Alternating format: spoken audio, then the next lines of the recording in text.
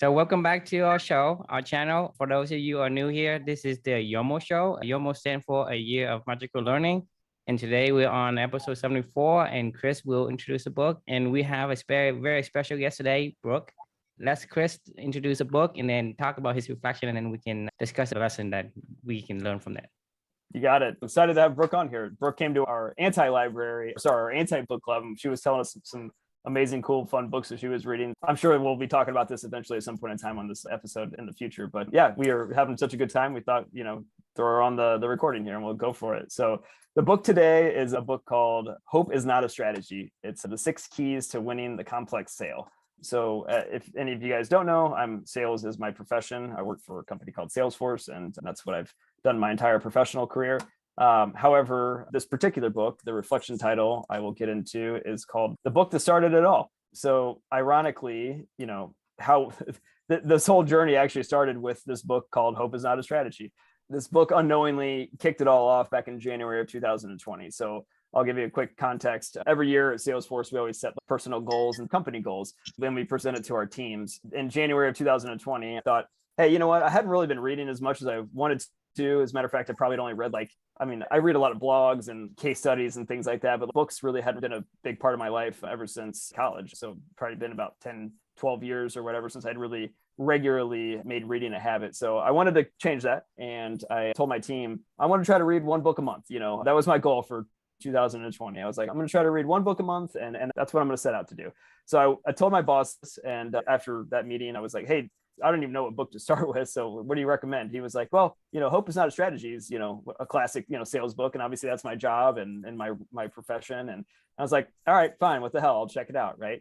So, so every day I would get to the office and I would do my morning routine or whatever. And then I would kind of sneak off. They had these little reflection rooms that because it's a trendy tech company. So you could go into these little meditation rooms. So I would take my book over to the little meditation room and I would try to read my 15 pages while I was in there. And, before I knew it, Hope is Not a Strategy was done. Right. It was about halfway through January and I was like, oh, that felt good. And that daily habit, was starting to compound and I was feeling it. So I went and talked to my boss's boss next. And I was like, what book would you recommend? He goes, well, I talk about it all the time, but 7 Habits of Highly Effective People. He was like, that's the book that you should read. So when February rolled around, I started reading the 7 Habits of Highly Effective People. And, before I knew it, that was done. And I really enjoyed that book.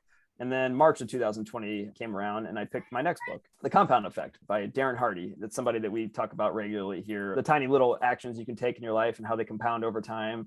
I watch the Darren dailies every single day that he puts out here. And I was like, hey, that's just a natural book for me to want to read. Well, little did I know, 15 days into March of 2020, that was when my daughter was born at 22 weeks old. And, my life changed forever. So for the rest of that story, I'm not going to get into that today, but I wrote a book about that whole entire journey as to how that really turned into where we are today. But it's amazing to me when I start to think back on this book, this Hope is Not a Strategy book, that 19 months later, when I wrote this particular reflection, I'd be in the middle of writing my second book and read a couple hundred books. It really kind of blows my mind sometimes to think that this is where we're at right now. And I had no idea this was what my life would be, but here we are, right? So the funny thing is, when I had some time to sit down and think about this book and I was writing this reflection, I think the title actually, even though it's about sales, it actually ended up feeling kind of right. Hope really isn't a strategy. It's what I've learned over this whole entire journey.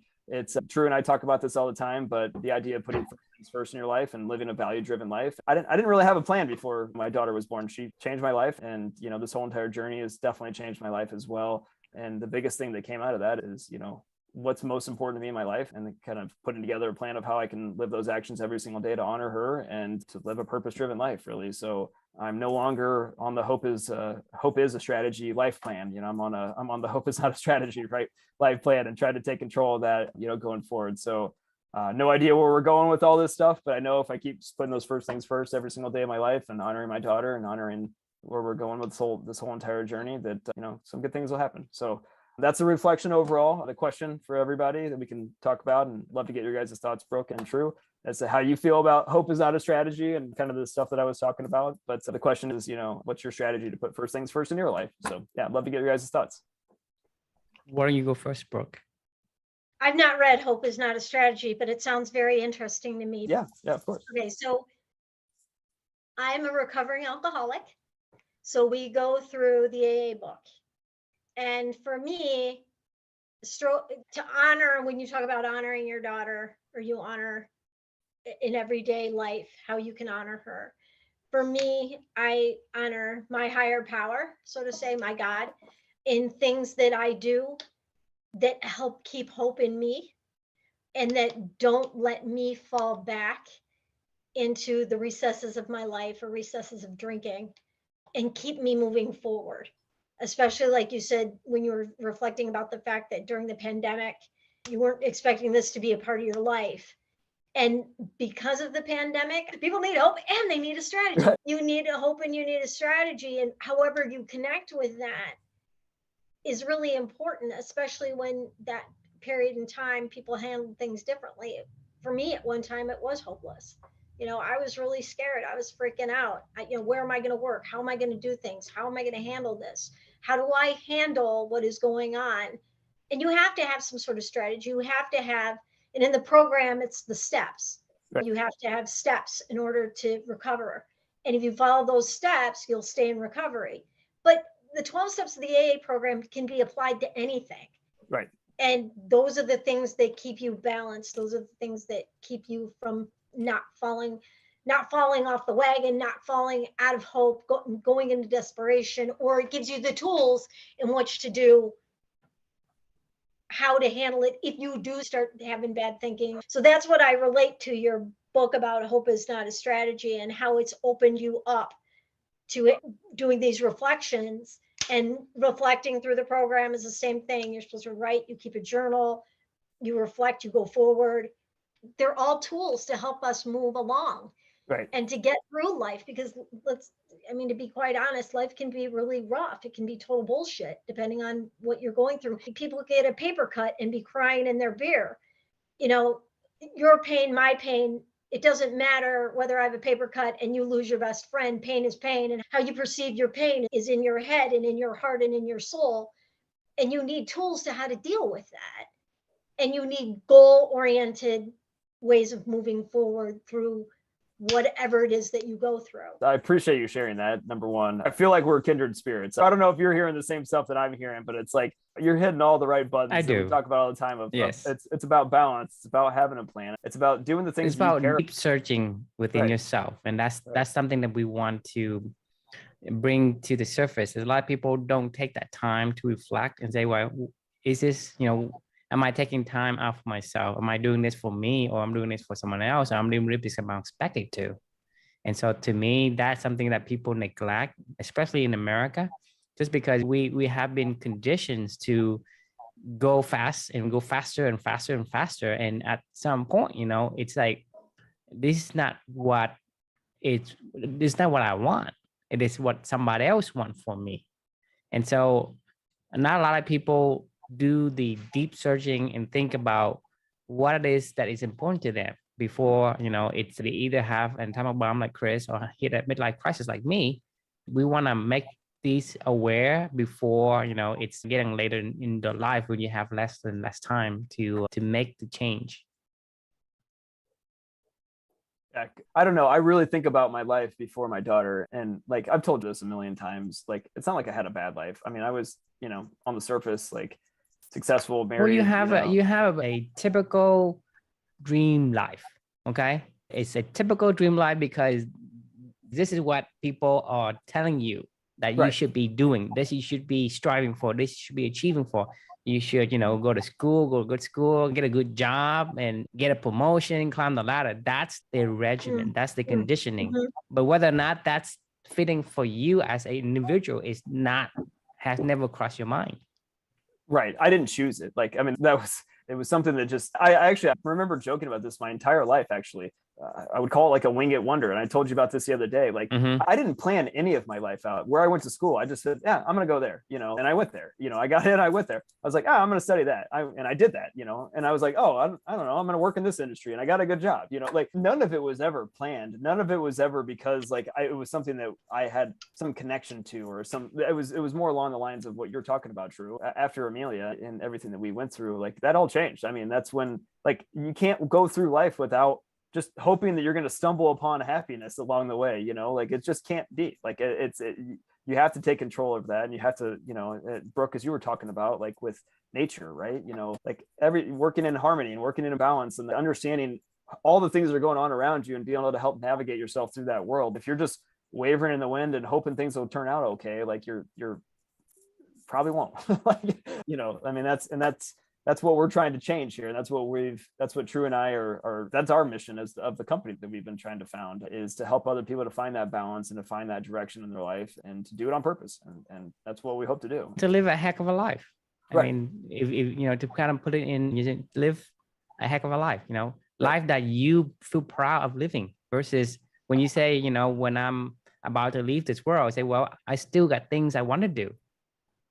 Because if you're about to leave this world, like we were talking about the other day, if you have 6 months to live, what are you doing? Right. If you say, I'm going to continue to go to work, that means that work is important. And I respect that. But if you say, I would quit work right now. So why are you waiting until you have to leave this world to think about that? Think about that now. Do whatever that is important to you. It doesn't matter what it is. It could be work. It could be philanthropist. It could be whatever you want. It doesn't have to be altruistic. It has to be what you want. And that's something people don't understand is, are you living for yourself? Or are you living for the idea of what people see in you? And to me, that's a big gap. It's a big difference between the two. It's the philosophy of it, the idea of it, for me, is simple. The expression, keep it simple, stupid, is a really true expression. Keep it simple, stupid. Don't build crap up in your mind and make it more than what it is. And like today, I know you guys are going to think this sounds totally insane, but in my lifetime, my biggest thing for me is to help another human being, help my fellow animal, any way you can, whether it's a smile, saying hi to somebody. But the simplest of things for me make me happy. The simplest of things. It's when we start being like, well, I'm going to move to Hollywood, or I'm going to be the best YouTube star. You're constantly clawing and chasing. And as soon as you get this thing, it's on to the next. I'm going to have to have this because I'm not happy with this, because I need this. Yes. And it's I'm a big fan of Eckhart Tolle, who said, being in the now. Being in the now is the most important thing. We're always like, our brains are always real, at least mine is. I should speak for myself. My brain is always really fast. It's a monster in there. It wants to constantly, and when you take time to like ride a bike or sit on a rock, or it sounds like I'm smoking weed, but it's the truth. When you take time to be in nature and just sit and listen, it's hippy dippy, but it's the truth. You get in touch. That feeling that you get, that need that you want, gets fulfilled. Your cup gets filled. And today when I was helping that dog, the people that were like, oh my God, you got your pants dirty. You're covered in, can we, and I was like, so what? I don't care about my pants. I want your dog to be okay. You know what I mean? The material doesn't matter. And if you have a whole lot of everything, and I am one of those people that I'm grateful for everything I have, but how much is enough? How much is enough? It's funny you mentioned that. And The Molecule of More, you should totally read that book, because we'll definitely be talking about that one in the future. Yeah. That one's been a big topic of conversation between True and I for the past couple of weeks. But yeah, we should definitely talk about that one. But in keeping with balance, I know my wife is going to kill me because she only gives me until 7:00 every night, and we're overtime. So that's okay. That was really fun, Brooke. And I think you should join us for more of these. We do this every single night, Monday through Thursday at 6:00 Eastern. If you ever want to hop on the Zoom link anytime, it's an open invitation. I don't want to speak for you, but I think we would love to have Brooke here as much as she wants to come. So it feels like as long as Brooke brings kindred spirit, I am always welcome her. Oh, awesome. Thank you very much. This is exciting. This is great. I'm really glad that I got to meet you guys. It's wonderful, because it's hard to find people that are kindred spirits. Everybody is all about being a soccer mom, drinking Starbucks, driving their SUV. I don't live in that life. I just don't. And it's very hard. I feel like an albatross a lot because I don't relate to that. you know. Well, join the clubany. That's what we call our business is clubany. It's a club and a company, and we can all connect and have fun and live a balanced existence. That's what we go for here. So, but thank you both for joining, and thanks to everybody for tuning in. And the question we can leave with you guys is, what's your strategy to put first things first in your life? Something to reflect about. So we will see you all tomorrow.